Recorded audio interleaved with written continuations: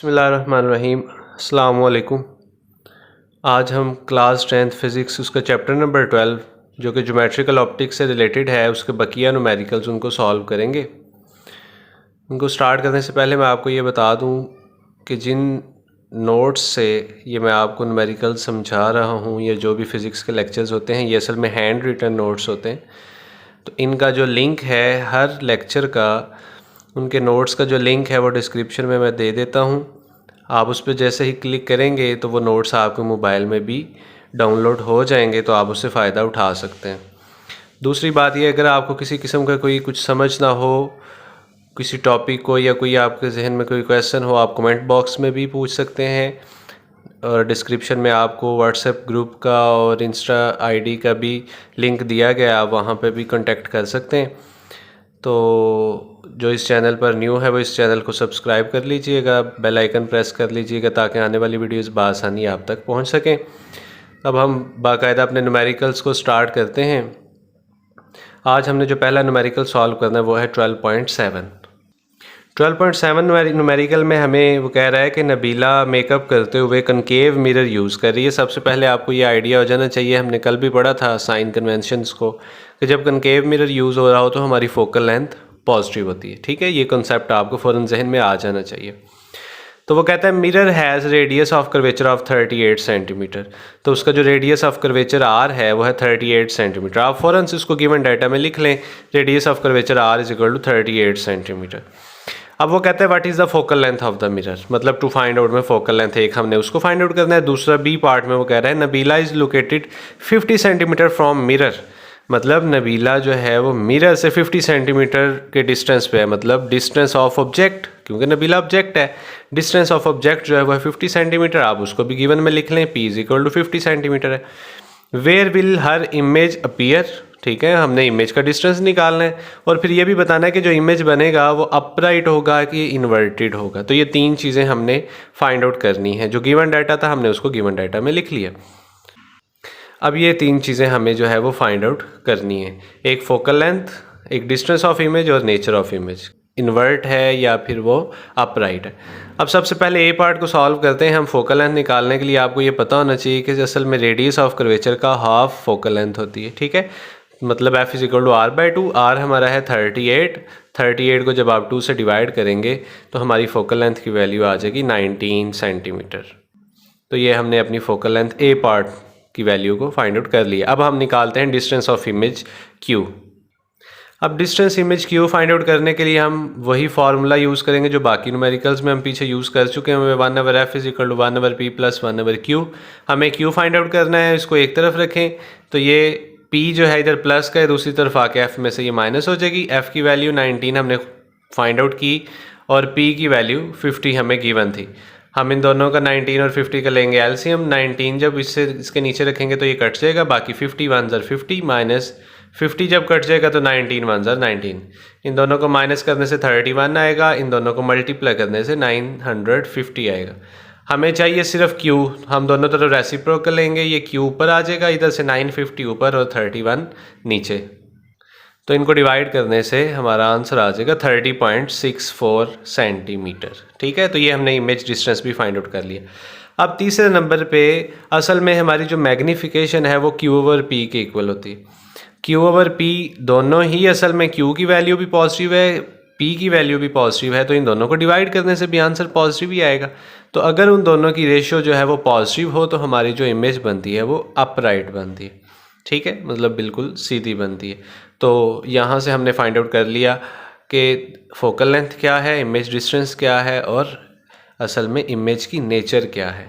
ठीक हो गया। अब हम अपना न्यूमेरिकल 12.8 उसको स्टार्ट करते हैं, बट उसको स्टार्ट करने से पहले आपको ये बता दूं कि वो लेंसेज से रिलेटेड है। पहले न्यूमेरिकल्स मिरर्स से रिलेटेड थे तो हमने उसकी साइन कन्वेंशंस को देखा। अब लेंसेज वाले न्यूमेरिकल्स को सॉल्व करने से पहले उनके भी साइन कन्वेंशंस को एक दफ़ा देख लें ताकि आपके लिए न्यूमेरिकल्स को सॉल्व करना और समझना आसान हो जाए। तो ये साइन कन्वेंशंस लेंसेज के लिए सबसे पहले हम देखते हैं फोकल लेंथ कब पॉजिटिव और नेगेटिव हो सकती है। तो फोकल लेंथ असल में जब भी हम कन्वेक्स लेंस यूज़ कर रहे हों या उसका दूसरा नाम कन्वर्जिंग लेंस भी होता है, जब हम ये लेंस यूज़ कर रहे हों तो हमारी फोकल लेंथ पॉजिटिव कंसिडर की जाएगी और जब हम कनकेव लेंस या उसका दूसरा नाम डाइवर्जिंग लेंस उसको यूज़ कर रहे होंगे तो हमारी फोकल लेंथ नेगेटिव होगी। उसके बाद ऑब्जेक्ट डिस्टेंस जिसको हम पी से लिखते हैं वो पॉजिटिव तब होगा जब हमारा ऑब्जेक्ट जो है वो लेंस के लेफ़्ट साइड पे पड़ा होगा, ठीक है। उसको हम रियल ऑब्जेक्ट भी बोल सकते हैं। और पी हमारा जो है वो नेगेटिव तब होगा जब हमारा ऑब्जेक्ट लेंस के राइट साइड पे पड़ा होगा और उस ऑब्जेक्ट को हम विजुअल ऑब्जेक्ट बोलेंगे, ठीक है। अब हम देखते हैं इमेज डिस्टेंस वो कब पॉजिटिव और नेगेटिव हो सकता है। तो आपको पता है कि अगर हम एक तरफ ऑब्जेक्ट को रखते हैं तो दूसरी तरफ उसका इमेज बनता है, तो इसका अब ऑब्जेक्ट डिस्टेंस का अपोजिट है इमेज डिस्टेंस में। तो आप देखें यहाँ पर था पी पॉजिटिव तब होना था जब हम अपने ऑब्जेक्ट को लेंस के लेफ़्ट साइड पर रखेंगे, तो यहाँ पे उसका अपोजिट होगा। क्यू पॉजिटिव तब होगा जब हमारा इमेज जो है वो लेंस के राइट साइड पे बनेगा, ठीक है, क्योंकि अगर ये लेफ़्ट पे पड़ा होगा तो इमेज राइट पे बनेगा ना।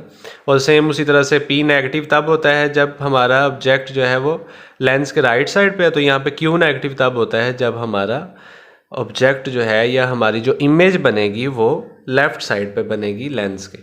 ठीक हो गया। तो ये थी साइन कन्वेंशंस फॉर लेंसेज। आपने इसको एक दफ़ा देख लिया। अब हम अपने न्यूमेरिकल्स को स्टार्ट करते हैं नेक्स्ट, जो लेंसेज से रिलेटेड हैं। तो इसमें वो कह रहा है कि एन ऑब्जेक्ट 4 सेंटीमीटर हाई, ठीक है, ऑब्जेक्ट है और हाइट की बात कर रहा है, तो height of object h0 is equal to 4 centimetre है, is placed at a distance of 12 centimetre from a convex lens. ठीक है, तो एक बात याद रखनी है, हम कन्वेक्स लेंस यूज़ कर रहे हैं, हमारी फोकल लेंथ पॉजिटिव ही कंसीडर की जाएगी। साइन कन्वेंशंस में हम पढ़ चुके हैं।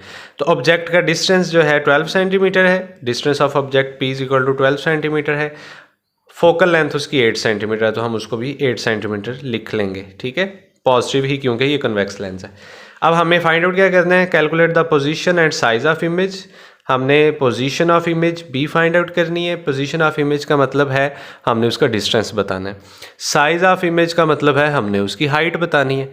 और फिर नेचर ऑफ इमेज हमने ये भी बतानी है कि वो इमेज किस तरह की बनेगी। ठीक है, तो 3 चीज़ों को हमने फाइंड आउट करना है। टू फाइंड आउट में एक हमने निकालनी है वैल्यू पोजीशन ऑफ इमेज की, जिसको हम क्यू से लिखेंगे, एक साइज ऑफ इमेज HI और एक नेचर ऑफ इमेज, इनको फाइंड आउट करेंगे। तो सोल्यूशन में सबसे पहले हम पोजीशन उसकी देखते हैं, Q की वैल्यू फाइंड आउट करते हैं। उसको फार्मूला हम जानते हैं 1/f is equal to 1/p plus 1/q।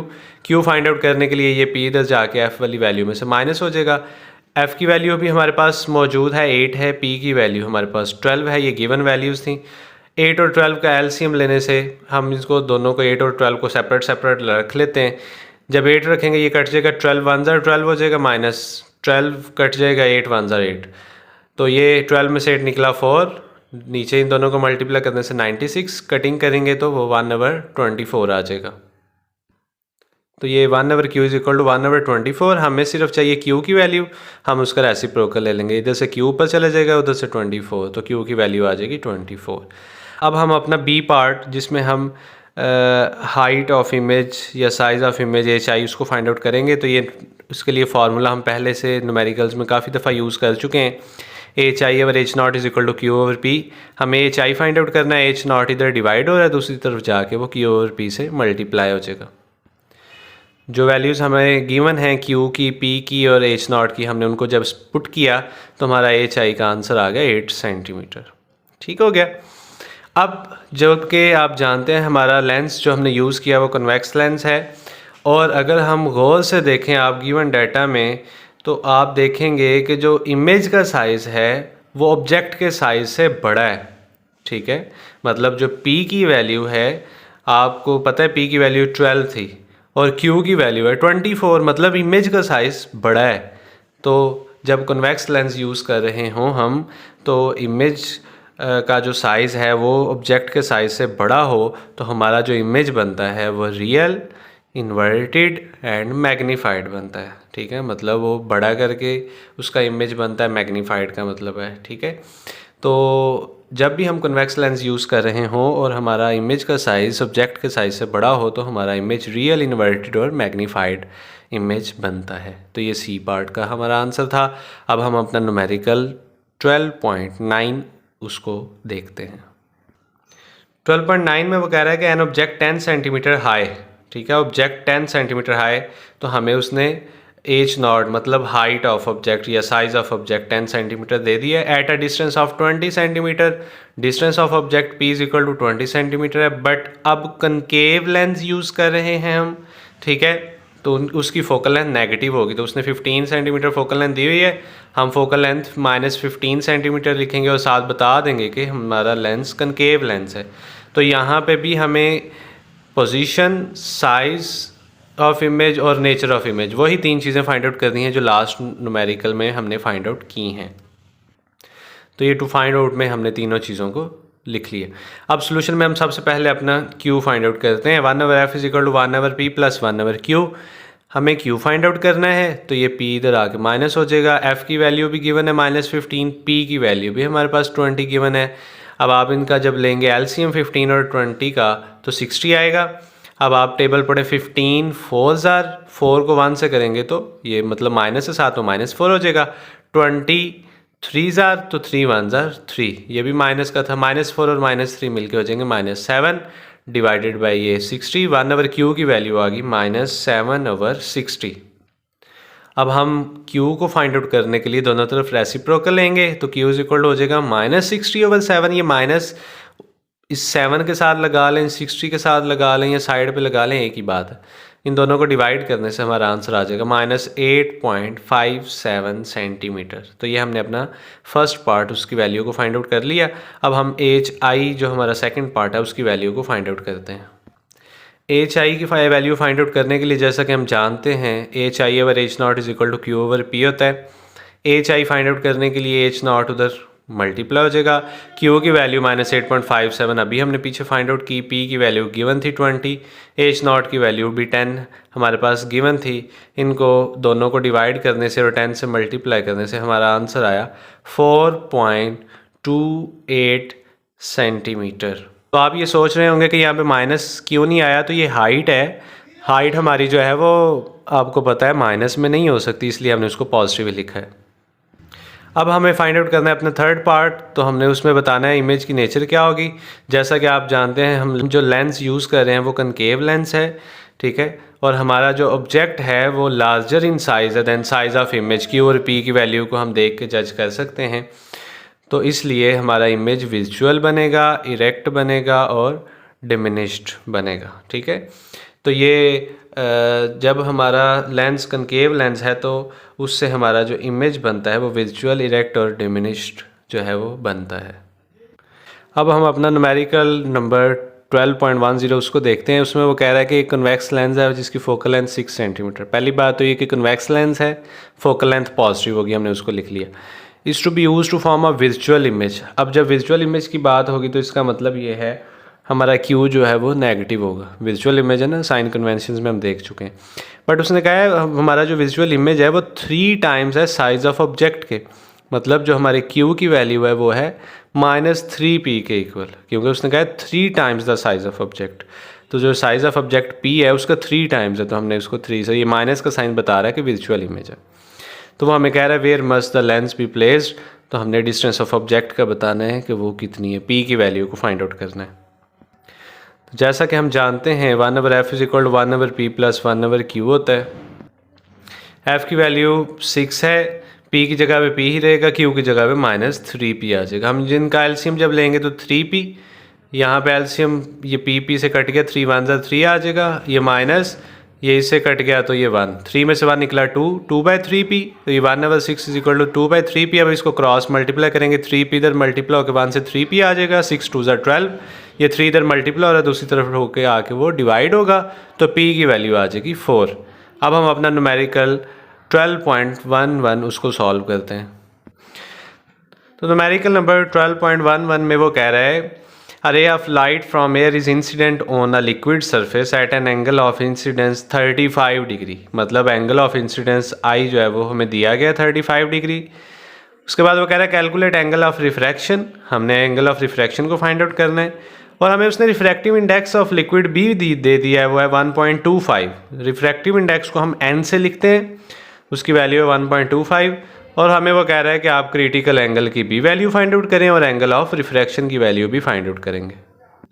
तो ये टू फाइंड आउट में हमने लिख लिया, एक तो हमने angle of refraction R find out करना है, एक क्रिटिकल एंगल सी उसको फाइंड आउट करना है।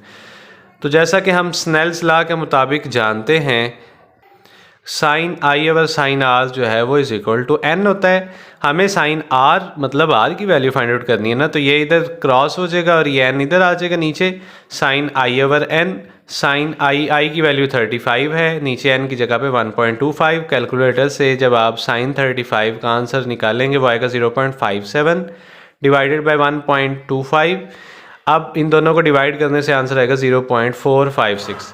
हमें आर की वैल्यू फाइंड आउट करनी है, तो साइन इधर उधर आके साइन इन्वर्स हो जाएगा।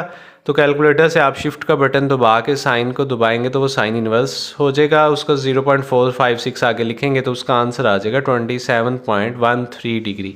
तो ये एंगल ऑफ रिफ्रैक्शन हमने फाइंड आउट कर लिया। अब हम अपना क्रिटिकल एंगल उसको फाइंड आउट करते हैं। क्रिटिकल एंगल फाइंड आउट करने के लिए आपको ये पता होना चाहिए कि sine C is equal to 1/n होता है, ठीक है। तो हमें सी की वैल्यू फाइंड आउट करनी है, साइन उधर जाके साइन इनवर्स हो जाएगा। 1/n की वैल्यू 1.25, इन दोनों को डिवाइड करने से आंसर आएगा 0.8। उसका आप जब साइन इनवर्स लेंगे तो उसका आंसर आएगा 52.13 डिग्री, ठीक है। तो इस लिहाज से हमने एंगल ऑफ रिफ्रैक्शन और क्रिटिकल एंगल दोनों की वैल्यूज़ को फाइंड आउट कर लिया। अब हम अपना इस चैप्टर का लास्ट न्यूमेरिकल 12.12 उसको देखते हैं। इसमें वो कह रहा है कि power of convex lens is 5D, मतलब 5 डायोप्टर। हमें उसने power of lens P is equal to 5D दे दिया हुआ है। अब एक बात आपको पता होनी चाहिए कि असल में पावर जो है वो और फोकल लेंथ एक दूसरे का रेसिप्रोकल है, ठीक है। मतलब फोकल लेंथ की जो वैल्यू है वो 1/p के इक्वल होती है। तो मैं इसको भी वहाँ यहाँ पे ही फाइंड आउट कर लेता हूँ। फिर इक्वल टू 1/p है इज इक्वल टू p की वैल्यू 5 है। इन दोनों को डिवाइड करने से आंसर आएगा 0.2 मीटर। तो जब आप इसको सेंटीमीटर में कन्वर्ट करेंगे तो 100 से मल्टीप्लाई करेंगे, तो 0.2 को 100 से मल्टीप्लाई करने से हमारा आंसर आता है 20 सेंटीमीटर। उसके बाद वो कह रहा है at what distance the object should be placed from the lens. हमें P को फाइंड आउट करना है, distance of object find out करना है। That it's real and 2 times larger image is formed. मतलब ये है कि हमारा जो इमेज है वो 2 टाइम्स है ऑब्जेक्ट के, तो हमारा वही Q इज इक्वल टू हो जाएगा 2P के इक्वल। तो ये हमारा जो साइज़ ऑफ इमेज है Q is equal to 2P होगा। हमें जो फाइंड आउट करना है वो P है, वही फार्मूला जो हम पीछे न्यूमेरिकल्स में यूज़ करते रहे हैं, 1/f is equal to 1/p plus 1/q। f की वैल्यू 20 है is equal to 1/p as it is plus q की जगह पे आ जाएगा 2p, ठीक है। इनका आप एलसीएम लेंगे तो 2p ही आएगा। p से कट गया, 2 1s are 2 प्लस 2p से कट गया, 1 1s are 1। 2 + 1 आ जाएगा 3/2p। तो ये 3/2p इज इक्वल टू 1/20। अब आप यहाँ पे क्रॉस मल्टीप्लाई करेंगे, 2p को 1 से करेंगे वो 2p ही रहेगा, 20 को 3 से करेंगे तो 60 हो जाएगा। अब ये 2 इधर मल्टीप्लाई हो रहा है, दूसरी तरफ आके वो डिवाइड होगा, तो इसकी कटिंग करने के बाद p की वैल्यू आ जाएगी 30 सेंटीमीटर, ठीक है। तो ये था हमारा लास्ट न्यूमेरिकल। मुझे उम्मीद है आपको इन न्यूमेरिकल्स की समझ आ चुकी होगी। फिर भी आपके जहन में कोई क्वेश्चन या कोई कंसेप्ट ऐसा हो जिसकी आपको समझ ना लगी हो तो आप कमेंट बॉक्स में भी पूछ सकते हैं, मैं इंशाल्लाह आपको ज़रूर गाइड करूँगा। तो मिलते हैं इंशाल्लाह नेक्स्ट लेक्चर में। आज के लिए अल्लाह हाफिज़।